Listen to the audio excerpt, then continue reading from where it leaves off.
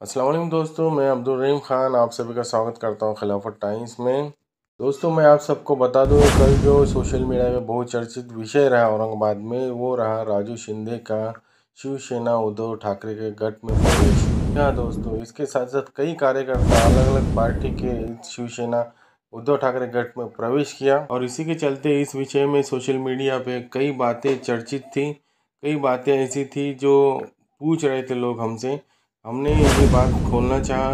BJP के राजू शिंदे जो कि उप महापौर और नगर सेवक रहे हैं, राजू शिंदे, उन्होंने बीजेपी में प्रवेश क्यों किया, ये उन्होंने बताया कि ये उनका निर्णय नहीं था, ये हमारे कार्यकर्ता जो थे उनका निर्णय था। उन्होंने क्या कहा और क्या नहीं, आप उनकी जुबानी सुनिए। एवढा त्याग करून तरी समजा त्यांना असं वाटत असेल की आमच्यामुळेच तुम्ही दुय्यम स्थान भारतीय जनता पार्टीला देण्यात येऊ राहिलं आणि कार्यकर्ता सहन करीत नाही. आता कार्यकर्त्याला कुठेतरी थांबावं आणि नाही तर मग काम दुसऱ्याकडे करावं असं वाटतं. मतदारसंघातला जर विषय केला तर मतदारसंघातल्या नागरिकांची अशी इच्छा आहे की तुम्ही शिवसेना जी आहे आणि उद्धव बाळासाहेब ठाकरे साहेबांची शिवसेना आहे त्याच्यामध्ये तुम्ही जावं आणि तिथून तुम्ही लढावं किंवा तिथून आमचा आवाज बनवून तुम्ही समोर यावं अशी त्यांची इच्छा आहे.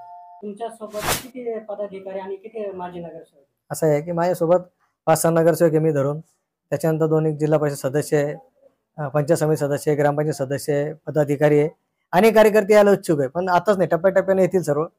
आणि आता निर्णय घेतलाय. आता तुम्ही पक्षप्रवेश जाहीर केल्यानंतर तुम्हाला बऱ्याच भाजपच्या नेत्याचे फोन येतात, तर काय त्यांची समजूत काढण्याचा प्रयत्न होतो, तुम्ही काय करणार? तुमच्या भूमिकेवर ठाम राहणार आहे? असं आहे की इतक्या दिवसाने मी काही आज एका दिवसात हे सगळं होत नाही. गेल्या अनेक दिवसापासून हे चालू होतं आणि लोकसभेपासून चालू होतं असं पाहायला गेलं तर, की असं मान्य नाही किंवा करायचं नाही. पण नेहमीप्रमाणे ग्राह्य धरायचं, कुठं जाणार नाही, काही करणार नाही. आणि आता जेव्हा चौकून हे येतं त्यावेळेस ते फोन करते. आता उशीर झाला त्याला, कारण की आता निर्णय घेतलाय आणि माझा एकट्याचा निर्णय नाही, सगळ्या सामूहिक निर्णय. त्याच्यामुळे सामूहिक निर्णयामध्ये मी एकटा निर्णय घेऊ शकत नाही. तुम्ही आता बोलून दाखवत आहे की शिंदे गटाच्या किती दिवस ओझे उचलायचे, लोकसभा त्यांना, विधानसभा त्यांना, त्यांचेच ठेकेदार, त्यांची लुटमार सुरू आहे आणि भाजपला दुय्यम स्थान दिलं जातं. तुमचा नेमका रोष शिंदे गटावर आहे की भाजपातल्या नेत्यावर? नाही, नंबर 1 तर शिंदे गटावर आहे की त्यांचं सगळं करून बी ते आमच्यावरती दादागिरी करण्याचा प्रयत्न करतात. नाही, आता वरिष्ठापर्यंत ही गोष्ट जातेच ना. वरिष्ठ मध्ये कोणते शहरातले जे वरिष्ठ आहे, जे स्वतःला वरिष्ठ म्हणतायत किंवा आहे, समजा आमदार असतील, खासदार असतील, मंत्री असतील किंवा पदाधिकारी असतील, त्यांनी कार्यकर्त्याची भावना ऐकली पाहिजे. त्यांना सुद्धा कळतंय, असं नाही त्यांना कळत नाही. त्यांना सुद्धा कळतं की बाबा आपल्या कार्यकर्त्याला कुठलं काम नाही किंवा कोणतं हे नाही, तो काय करतोय, कसं राहतोय. भारतीय जनता पार्टीचे कार्यकर्ते कोणत्याच पक्षात तुम्हाला भेटणार नाही. असे स्वतःचा खर्च करून मिटिंगला येतील, स्वतःचा खर्च करून पेट्रोल टाकून तुमच्या आंदोलन येतील, स्वतःचा खर्च करून कार्यक्रमाला येतील. कोणती अपेक्षा नाही त्यांना, फक्त त्यांना असं वाटतं आपण ज्या ह्याच्यात आहे. पण आता त्यांचं बी सहनशीलता संपत आली, कारण काय ते स्थानिक लेवलला त्यांचे कार्यकर्ते पैसे कमवून, ठेकेदारी करून पैसे कमवून गब्बर होतात. उद्या महापालिकेत निवडणूक आली, युती राहणार नाही, ते आमच्या लढणार. त्या कार्यकर्त्याची बिचारीची ताकद नाही तेवढी, तर त्यांनी सगळं टिकू शकत नाही. मग त्याला पण कुठेतरी निराशा येते, बाबा आपण कशासाठी करतो मग हे सगळं. आणि भारतीय जनता पार्टीमध्ये सगळ्याला काही ना काही, कोणी पदासाठी म्हणा किंवा कोणी नगरसेवकसाठी म्हणा, अपेक्षा घेऊनच काम करतं सगळ्याकडे. शहरामध्ये शिंदे गट आणि तुम्ही भाजपा, शहरातले 3 विधानसभा मतदारसंघ आहेत आणि 3 विधानसभा मतदारसंघामध्ये भाजप आणि शिंदे गट यांचं होतं. तुम्हाला सावे मदत करत होते का आणि शिरसाटांनी देशमदत करत नव्हते का? की शिरसाट शहरामध्ये शिंदे गट आणि भाजप यांची सत्ता 3 मतदारसंघामध्ये, पूर्वमध्ये तुमचे भाजपचे, पश्चिममध्ये तुमचे शिंदेचे आणि मध्यंतरी शिंदेचे. तर मग नेमका रोष म्हणजे कोणाकडनं कामाची अपेक्षा करतात? असं आहे की नुसते आमदारच नाही, मंत्री आहे. म्हणजे माननीय आपल्या आदरणीय अतुलजी साहेब मंत्री आहे, डॉक्टर कराड साहेब मंत्री होते, केंद्रीय मंत्री होते.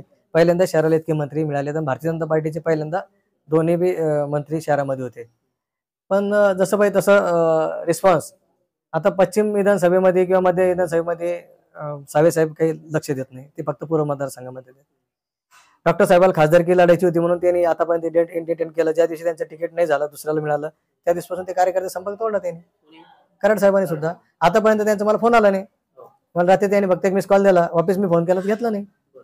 आता तुम्ही तुमच्याशी देवेंद्र फडणवीस संपर्क साधण्याचा प्रयत्न करताय, पण तुम्ही त्यांच्यापासून त्यांना बोलत नाही अशी चर्चा नाही, अजून तर मला तसं काही नाही. मी सगळ्याशी बोलतोय, मला काही भीती नाही ना कोणाची. म्हणजे मला काही असं नाही की मला भीती नाही. म्हणजे मी चोरून जाणार आहे किंवा मी असं हे करतो असं काही नाही.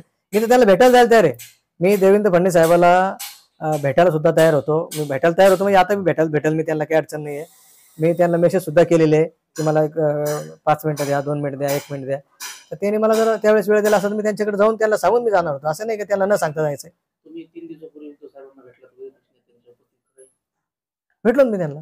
त्यांनी आपल्याला कमिटमेंट दिली पश्चिम विधानसभा. नाही असं आहे की कमिटमेंटसाठी मी तिकडे चाललो नाही, आमदारकीसाठी तिकडे चाललो नाही आणि काही असं हे म्हणून चाललो नाही. पण आता काम करायची इच्छा नाही राहिली आता याच्यामध्ये. आमचं भांडण कोणाशी आज?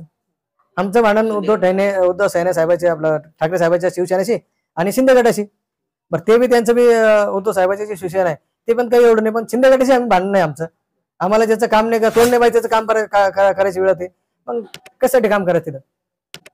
7 तारखेला शिवसेनेत प्रवेश करता, शिवसेनेत मेळाव्यात. आता 7 होईल, 8 होईल, 10 होईल माहित नाही, पण प्रवेश करणार आहे. मग उद्धव सेनेने जर तिकीट नाकारलं पश्चिम, परत भाजपमध्ये नाही असं नाही होणार. मी म्हणजे तिकीट नाकारलं किंवा मी तिकीट दिलं, मी समजा काही झालं मग मी येणार असं नाही. आता मी चाललो त्या कारण मी चाललो, म्हणजे मला कार्यकर्ते मित्र किंवा मी जे पदाधिकारी तेच मला म्हणते की आपल्याला राहायचं नाही. आता माझा शेवटचा प्रश्न, राजू शिंदे म्हणजे पक्ष नाही, राजू शिंदे सोबत सर्व पक्षीय नेते छोटे मोठे सगळेच मित्रमंडळ म्हणजे राजू शिंदे अशी चर्चा आहे. आणि पश्चिमचे 2029 आता 24चे आमदार राजू शिंदे चर्चा आहे. असं आहे की मी अनेक वर्षाहून काम करतोय.